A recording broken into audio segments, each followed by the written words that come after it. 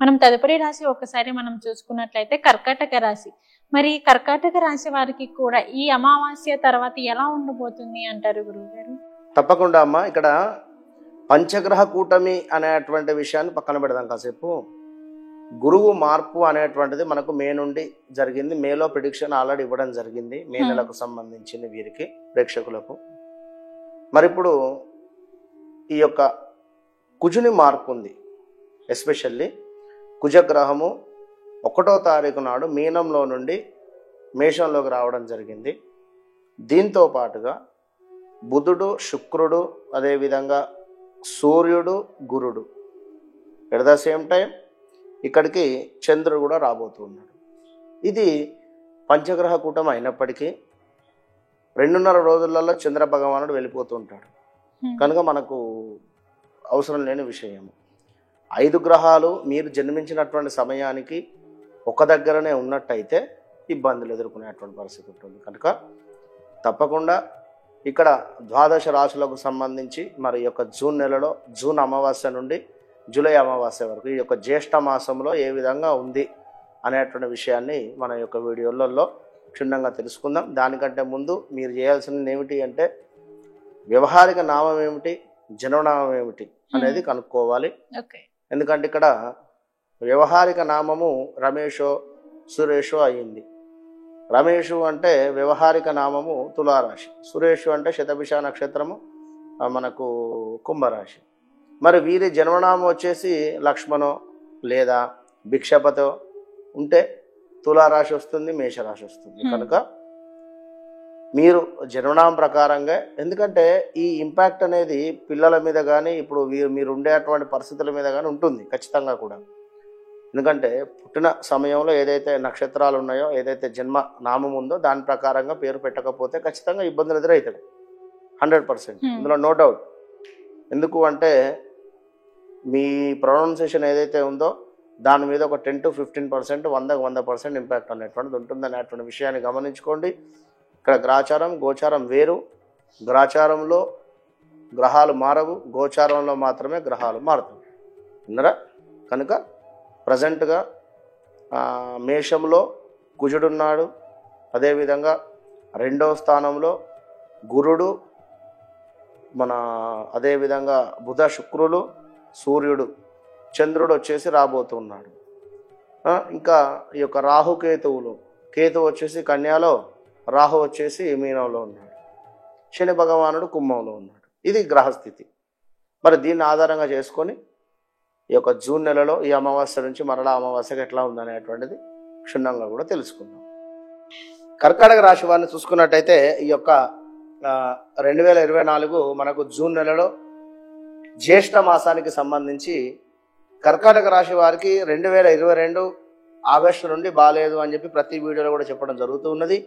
మరి వీరికి గురువు 11వ స్థానానికి రావడం చేత 11వ స్థానం మనకు లాభస్థానంగా చెప్పుకోవడం జరుగుతూ ఉన్నది. కనుక వ్యాపారం చేసేటువంటి వారికి చాలా బాగుంది. అదేవిధంగా ఉద్యోగ ప్రయత్నాలు చేసేటువంటి వారికి తప్పకుండా కూడా ఈ నెలలో నెరవేరేటువంటి పరిస్థితి గోచరిస్తుంది. కర్కాటక రాశి వారికి తప్పకుండా కూడా అబ్రాడ్ వెళ్ళేటువంటి వారికి ఇది మంచి సమయంగా చెప్పుకోవచ్చును.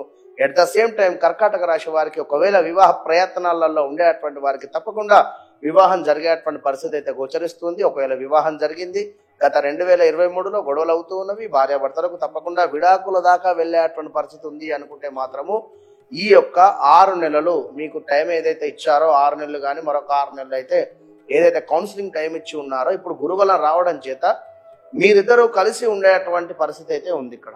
ఇలా కర్కాటక రాశి వారు భార్యాభర్తలలో అన్యోన్యత లోపించింది అనుకున్నా లేదా గొడవలు అవుతున్నాయి అనుకున్నా కూడా తప్పకుండా ఈ 2024 ఈ యొక్క జ్యేష్ఠ మాసంలో ఈ యొక్క జూన్ నెలలో మంచి ఫలితం అయితే ఉంది. గురుగ్రహము మీకు లాభస్థానంలో ఉండడం చేత మీకు మంచి లాభాన్ని ఇస్తున్నాడు. ఇక్కడ ఒకవేళ విడాకులే కావాలి అనుకుంటే మాత్రం తప్పకుండా అట్లా అయినా కూడా మంచి ఫలితమే ఉంటుంది. కనుక ఏదైనా కూడా గురుగ్రహం చాలా బాగుంది. ఎట్ ద సేమ్ టైం కర్కాటక రాశి వారికి అష్టమ శని మూలకంగా మానసిక ఆందోళన అయితే గోచరిస్తుంది. మానసిక ఆందోళన, డబ్బు ఎవరికైనా ఇచ్చి ఉన్నారా తిరిగి వచ్చేటువంటి ఛాన్సెస్ చాలా తక్కువగా కూడా గోచరిస్తూ ఉన్నాయి.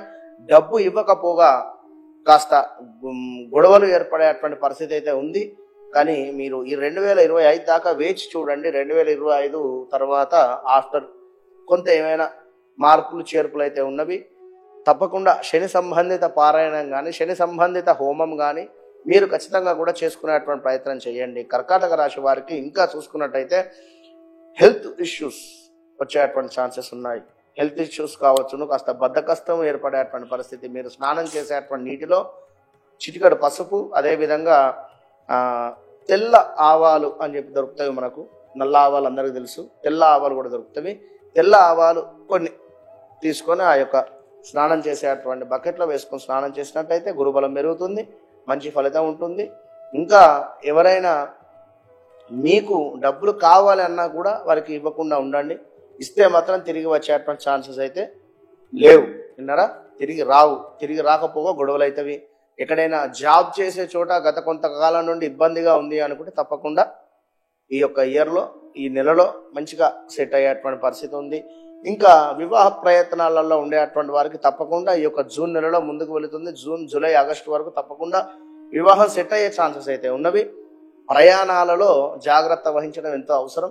దూర ప్రయాణాలు చేసేటువంటి సందర్భం వచ్చింది అనుకుంటే కాస్త ఆచితూచి వెళ్ళండి. వేరే ఎవరైనా డ్రైవర్ని పెట్టుకొని వెళ్ళండి. మీరే ఓన్గా నడుపుకుంటూ వెళ్ళకండి. మీ వెహికల్ మీరే ఓన్గా నడుపుకుంటూ వెళితే కాస్త ప్రమాదాలు అయితే ఉన్నవి.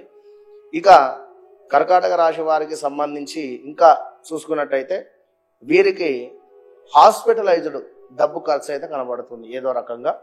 ఇంకా కుజుని యొక్క దృష్టి మీ యొక్క ఇంటి మీదనే పడడం చేత మీకు కూడా కాస్త అసిడిటీ ప్రాబ్లమ్స్ వచ్చే ఛాన్సెస్ అయితే ఉన్నవి. ఎట్ ద సేమ్ టైం కుజుని యొక్క దృష్టి, అదేవిధంగా గురువు పంచమ దృష్టి మీకు 2వ స్థానం మీద ఉండడం చేత తప్పకుండా కూడా రావాల్సిన ధనం ఏదైతే ఉందో అది కొంత మొండిగా వచ్చేటువంటి పరిస్థితి ఉంది. మరి యొక్క కుజుడు మీకు లగ్నాలు చూడడం చేత ఇబ్బందికరమైన వాతావరణం. ఎట్ ద సేమ్ టైం కుజుని చూపు మీకు 3వ స్థానము, అదేవిధంగా 4వ స్థానం వైపుగా కూడా చూడడం జరుగుతుంది. కనుక ఈ యొక్క కర్కాటక రాశి వారికి తప్పకుండా కూడా 5వ స్థానం, 4వ స్థానం చూడడం చేత కర్కాటక రాశి వారికి సంబంధించినటువంటి పిల్లలకు కూడా కాస్త హెల్త్ ఇష్యూస్ వచ్చేటువంటి పరిస్థితి ఉంది. జాగ్రత్త. కర్కాటక రాశి వారు ఇప్పుడు వీరికి బాగుంది అని చెప్పి సంతోషపడాల్సిన అవసరం లేదు. ఇప్పుడు కర్కాటక రాశి వారికి సంబంధించినటువంటి పిల్లల జాతకం ఎట్లా ఉంది, ఆ పిల్లలకు బండ్లు అడిగితే కొనియకండి. 2 వీలర్స్ కానీ 4 వీలర్స్ కానీ కాస్త వాళ్ళ జాతక పరిశోధన చేసిన తర్వాతనే వారికి కొనియండి. ఎందుకంటే కొంచెం బ్యాడ్ ఈవెంట్స్ నడుస్తున్నవి కనుక బీ కేర్ఫుల్. ఆయుష్ సంబంధించి హెల్త్ రిలేటెడ్ అయితే ఇబ్బందులు ఉన్నవి. మీరు కూడా తప్పకుండా శని సంబంధిత పారాయణం చేసుకొని ముందుకు వెళ్ళండి. కుజునికి కూడా కందులను దానంగా ఇచ్చుకోండి, మంచి ఫలితం ఉంటుంది. All the best.